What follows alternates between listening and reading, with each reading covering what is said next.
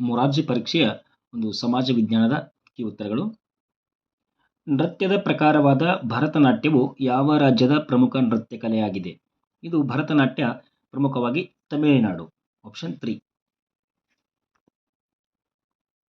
ವಂಶವೃಕ್ಷ ರಚನೆಯಲ್ಲಿ ಈ ಚಿಹ್ನೆಯು ಈ ಸಂಬಂಧವನ್ನು ಸೂಚಿಸುತ್ತದೆ. ಇದು ತಾಯಿ ಮತ್ತು ಮಗ.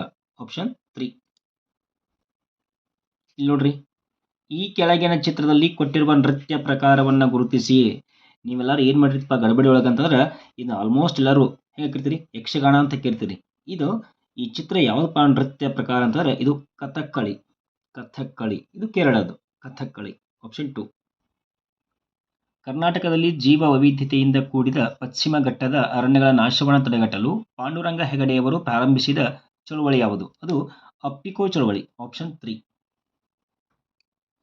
ಈ ಕೆಳಗಿನ ಚಿತ್ರದಲ್ಲಿರುವ ಗ್ರಾಮೀಣ ಸಾಹಸ ಕ್ರೀಡೆಯನ್ನು ಗುರುತಿಸಿ. ಇಲ್ಲಿ ನೋಡ್ರಿ, ಇದು ಯಾವುದಪ್ಪ ಅಂದ್ರೆ ಇದು ಮಲ್ಲಗಂಬ. ಆಪ್ಷನ್ 1.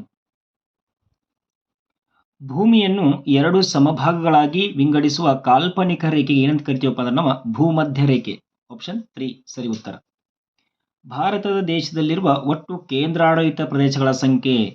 ಇಲ್ಲಿ ಕೇಂದ್ರಾಡಳಿತ ಪ್ರದೇಶಗಳ ಸಂಖ್ಯೆ ಪ್ರೆಸೆಂಟ್ ಎಷ್ಟಿದವಪ್ಪ ಅಂದ್ರೆ 8 ಇದಾವೆ ಇಲ್ಲಿ. ಆಪ್ಷನ್ 3. ಅರಾವಳಿ ಸರಣಿಯ ಅತಿ ಎತ್ತರದ ಶಿಖರ. ಸರಿ ಉತ್ತರ ಗುರು ಶಿಖರ. ಆಪ್ಷನ್ 2. ಮುಂದಿನ ಪ್ರಶ್ನೆ, ಭಾರತದ ಉತ್ತರದ ತುತ್ತ ತುದಿಯನ್ನ ಡ್ಯಾಶ್ ಎಂದು ಕರೆಯುವರು. ನಾವೇನು ಕರಿತೀವಪ್ಪ ಅಂದ್ರೆ ಇಂದಿರಾ ಕೋಲ್ ಅಂತ ಕರಿತೀವಿ. ಆಪ್ಷನ್ 2. ಮುಂದಿನ ಪ್ರಶ್ನೆ, ಭಾರತವು ಏಷ್ಯಾ ಖಂಡದ ಯಾವ ಭಾಗದಲ್ಲಿದೆ? ಈ ಭಾರತ ಇರುವುದು ಏಷ್ಯಾ ಖಂಡದ ದಕ್ಷಿಣ ಭಾಗದಲ್ಲಿ. ಆಪ್ಷನ್ 4. ಕರ್ನಾಟಕ ರಾಜ್ಯದ ಈಗಿನ ಮುಖ್ಯಮಂತ್ರಿಗಳು. ಆಪ್ಷನ್ 3 ಶ್ರೀ ಸಿದ್ದರಾಮಯ್ಯ.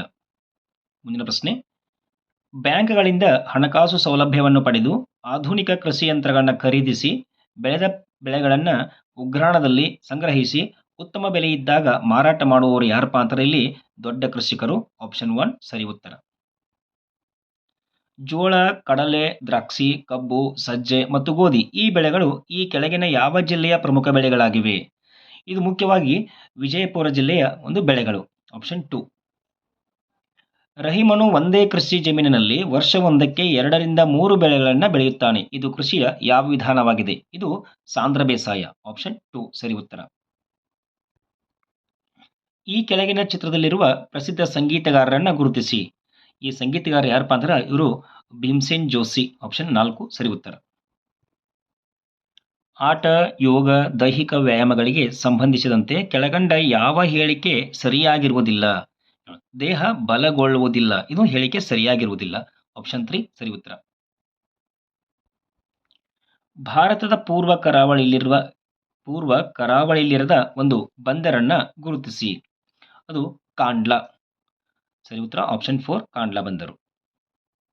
ಹಿಮಾಲಯ ಪರ್ವತದ ತಗ್ಗು ಭಾಗಗಳಲ್ಲಿರುವ ಸಮತಟ್ಟಾದ ನೀಳವಾದ ಹಾಗೂ ವಿಶಾಲವಾದ ಭಾಗಗಳಿಗೆ ಹೀಗೆನ್ನುವರು. ಅದಕ್ಕೆ ಎಂತ ಕರಿತೀವಪ್ಪ ನಾವು ಡೂನ್ ಅಂತ ಕರಿತೇವೆ. ಆಪ್ಷನ್ 2. ಭಾರತದಲ್ಲಿ ಅತಿ ಹೆಚ್ಚು ಮಳೆ ಬೀಳುವ ಸ್ಥಳ ಅದು ಮೌಸಿನ್ ರಾಮ್. ಆಪ್ಷನ್ 1. ಈ ಕೆಳಗಿನ ಯಾವ ರಾಜ್ಯಗಳ ಗುಂಪು ಕರ್ನಾಟಕದ ನೆರೆಹೊರೆಯ ರಾಜ್ಯಗಳಾಗಿವೆ? ಇಲ್ಲಿ ಮಹಾರಾಷ್ಟ್ರ, ಗೋವಾ, ತಮಿಳುನಾಡು, ಆಂಧ್ರ ಪ್ರದೇಶ ಮತ್ತು ತೆಲಂಗಾಣ ಇವು ಕರ್ನಾಟಕದ ನೆರೆಹೊರೆಯ ರಾಜ್ಯಗಳು. ಆಪ್ಷನ್ 2 ಸರಿ ಉತ್ತರ.